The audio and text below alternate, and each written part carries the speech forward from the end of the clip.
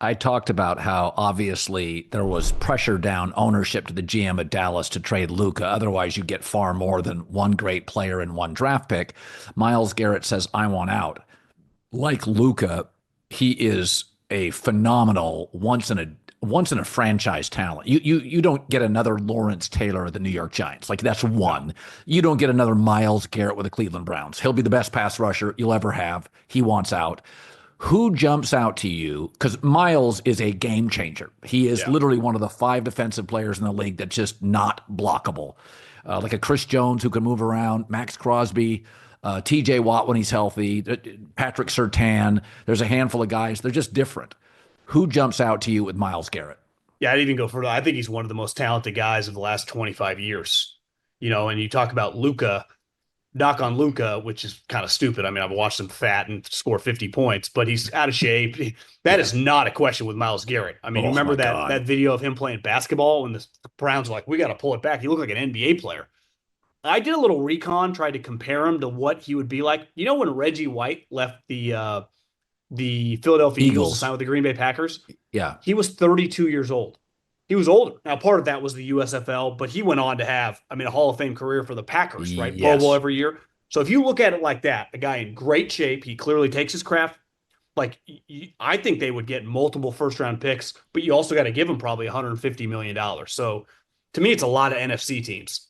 Packers, Washington. I think the Lions have to sniff around. Lot 49ers in theory, but like I just think that they got some other needs in the sense of like, can they just use their draft picks when they're paying all these other players? It's How kind about of complicated. Washington? Yeah, to me, Washington, I think you think long and hard, but if you got to give two ones and a two and a player, like he's going to get a historic haul even at 29 years old. Yeah, yeah. I think it's difficult when you're just in year one, when you still need some of these picks. Like ideally, you'd like to just buy players on the open market, but you're having a long conversation, and I Well, think the quarterback showed so much this year, you'd have to y- highly entertain it. John, I think we have to consider this too. It is an abnormally weak draft. And Yeah. I've said this, I would be much more willing to give a first round pickup this year than last year. And they're Uh, picking what, 27, because they were in the NFC Championship game. So it's not even a high pick.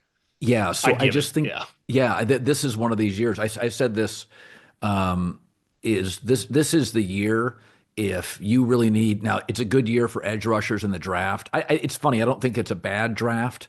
I just think it's a lot of second round players. I think there's about 7 to 8 great players, and then it's just a bunch of second and early third round players for the next Yeah. 40 picks. But there is no Myles Garrett in this draft. So if you're a team that really wants to make a splash, I mean, the Rams went out and they got a Von Miller, and like the Eagles have done this. They go out and just buy players. Sorry to interrupt this great video, but please remember to like and subscribe. Thank you. Now back to the video. In the NBA, every other draft is a weak draft. It's very rare when you have these days a really strong draft because the college, G League is stealing so many players. So many come from the international ranks that we don't know much about. I mean, we didn't know Luka was going to be this. We just knew he was young and played well against European pros. So I think I think I would. I mean, if I was a team and had to give up a 1 and a 2 for Myles Garrett and a player, I would. I just don't think there's anything on the market like him. Yeah. I think Cleveland's going to be in the position, unlike the Mavericks, where I don't think you can trade him for anything less than like a historic haul, like like a quarterback level haul. You're talking multiple ones, a two, some players, because they're in a weird spot, right? Because the Deshaun Watson contract is kind of an anchor on the franchise. So you Yeah. have to entertain trading him. Uh, but I don't think you can just give him away. Like, Devontae and Tyreek were traded for like a 1 and a 2. Like that wouldn't be enough. So, and I think the bidding process, all it takes is 3 or 4 teams. I think they would, whatever they would ultimately get would be pretty eye opening. And I think he would immediately sign the largest contract in the history of the NFL for a non-quarterback with whoever traded for him.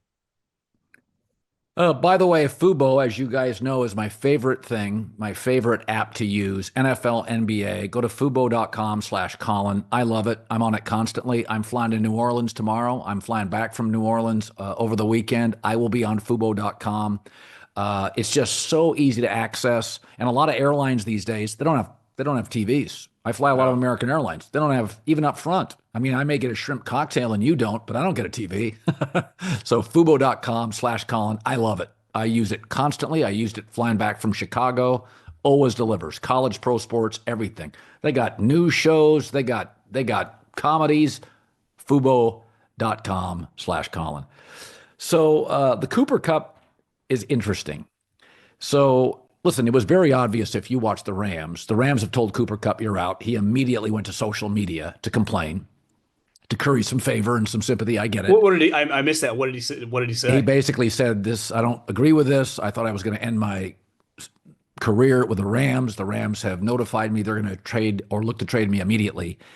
Listen, I really trust Sean McVay, and they just did not use him down the stretch at all. He was a blocker. He was a blocker. And I had heard last year that he just couldn't week to week. He couldn't play back to back. Like if he played on a hard surface, he was just not going to. And I haven't looked up the data, but I was told last year they would have moved him last year if they could have. But the season, remember, they caught fire at the end of the season, and then everybody's like, well, Puka's a rookie. But Puka is getting a little dinged up as well. They need a tight end and a receiver in this draft class. So they're going to be aggressive in the draft on that. Is there a market for Cooper Kupp? He's expensive. If Sean McVay bails on somebody, this is why I always said, when Kyle Shanahan bailed on Trey Lance and the Cowboys gave him a 4, just use your head. Kyle makes everything work at quarterback. Like that's just the dumb move by Steven and Jerry Jones. It doesn't make any sense. If Sean McVay is out, I mean, on a wide receiver or a running back, like Cam Akers, he's like, I'm out. Well, Cam Akers is irrelevant or mostly irrelevant now. I don't know. I don't think Cooper Kupp has a market. Well, to me, the problem is these older veteran players. He makes $20 million. Yeah. And he's a 31-year-old guy who's been banged up these last 3 years. So you can't, like, these type players get cut. Like Cooper, I didn't see the social media post, but they were floating it out last year during the season. This isn't shocking. You're making $20 million next year. And guess what? No one's trading anything of value for a 31-year-old who's making $20 million, who, great guy. I mean, in the peak of his powers was Super Bowl MVP, awesome player. But when you start getting injured and your production dips and you make a lot of money, this happens every time right before free agency. These guys get released. Because I think another team goes, maybe we strike oil and get him for $4 million and he gives us 75, 80 catches.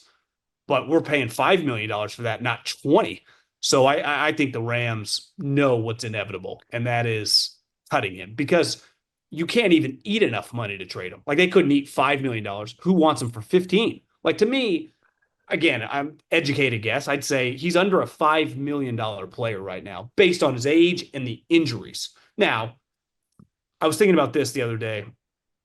Some of the bad teams, like the Raiders, the Patriots, you get a guy who's a Super Bowl champion, who's a high character, work ethic. You bring him in.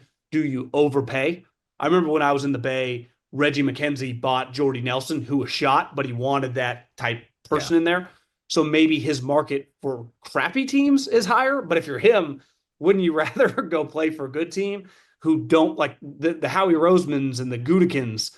They're going to try to get you for $2 million. So maybe the Patriots overpay you, those type teams for like 6 or 7. And that's where to me, he's got 1-year contract. Bad teams maybe overpay for the guy. Good teams underpay for hopefully a 1-year wonder situation. But he's been really banged up. I mean, he is just, and it's a testament to the way he played because he's closer to like Deebo Samuel in terms of taking hits, and he's a physical guy. He's not your typical like Edelman. I mean, he's going over the middle, getting crushed, getting right back up.